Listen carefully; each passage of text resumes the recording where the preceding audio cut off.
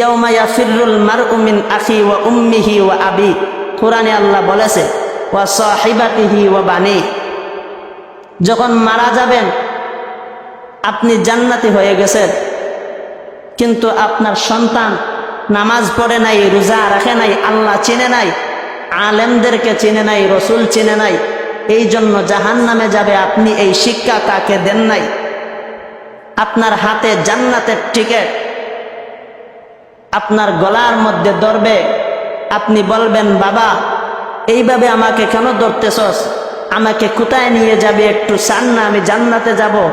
বাবা আপনি এখন শ্বশুর বাড়ি যাবেন, আর আমি খুব পছন্দের জায়গা, আরামের জায়গা জাহান্নামে যাব। আপনার কারণে আর আপনি শ্বশুর বাড়ি যাবেন, গিয়ে আরাম করবেন।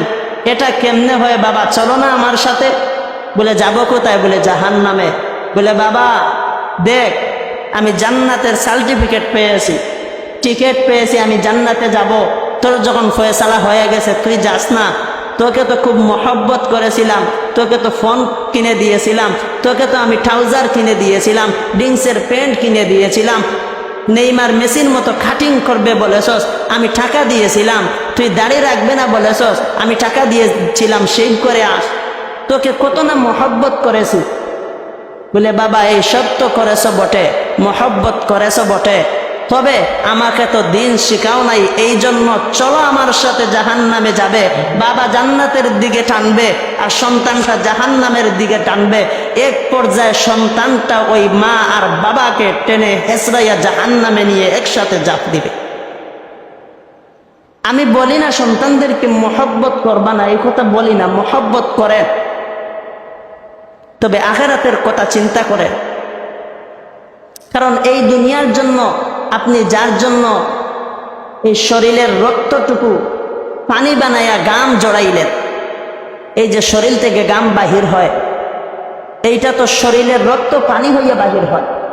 যার জন্য রক্তকে পানি করলেন, যার জন্য আপনি নামাজ পড়তেছেন না, যার জন্য মসজিদে আসতে পারতেছেন না, যার জন্য রাতে আপনি ঘুমান নাই, তাকে কমপক্ষে নামাজি বানান। আপনি যদি কোনো অবস্থায় জাহান্নামী হয়ে যান, সন্তানটা যেন বলতে পারে এই শিক্ষা তো আমার মা দিয়েছিল, বাবা দিয়েছিল, শরীরের গাম রক্ত বানায় আমাকে এই শিক্ষা দিয়েছিল, মা শরীরের রক্তকে দুধ বানায় আমাকে পান করাইছিল, ওই মা বাবাকে আমি না দিলে জান্নাতে যাব না, এই শিক্ষাটা দেন। যদি দেন, সন্তান যদি জান্নাতি হয়ে যায়, এই কথাই বলবে। আজ আমরা যে মুসলিম, আমাদের শরীরের মধ্যে মুসলিমের পোশাক নাই। বলতে পারেন হুজুর মুসলিমের পোশাক আবার কি? মুসলিমের পোশাক হলো রসুলের সুন্নত, হলো রসুলের পোশাক। আমরা রসুলের উম্মত, আমরা মুসলিম। রসুলের পোশাক হলো, মুসলমানের পোশাক হলো পাঞ্জাবি। আপনি গাড়ি চালান তো কি হয়েছে, আপনি মাটি কাম করেন তো কি হয়েছে, আপনি কারেন্টের কাজ করেন তো কি হয়েছে, এই যে জিন্সের প্যান্ট আছে, গেঞ্জি আছে, এতখানি শার্ট আছে, এইগুলো আসলে মুসলমানের পোশাক না। তবে এটাও আছে যে সুবিধার কারণে আপনি পরিধান করতে পারবেন, কমপক্ষে নামাজে আসার সময় পাঞ্জাবিটা লাগা, এইটা হলো মুসলিমের পোশাক। আলেমকে সম্মান করেন, এটা হলো মুসলিমের পোশাক।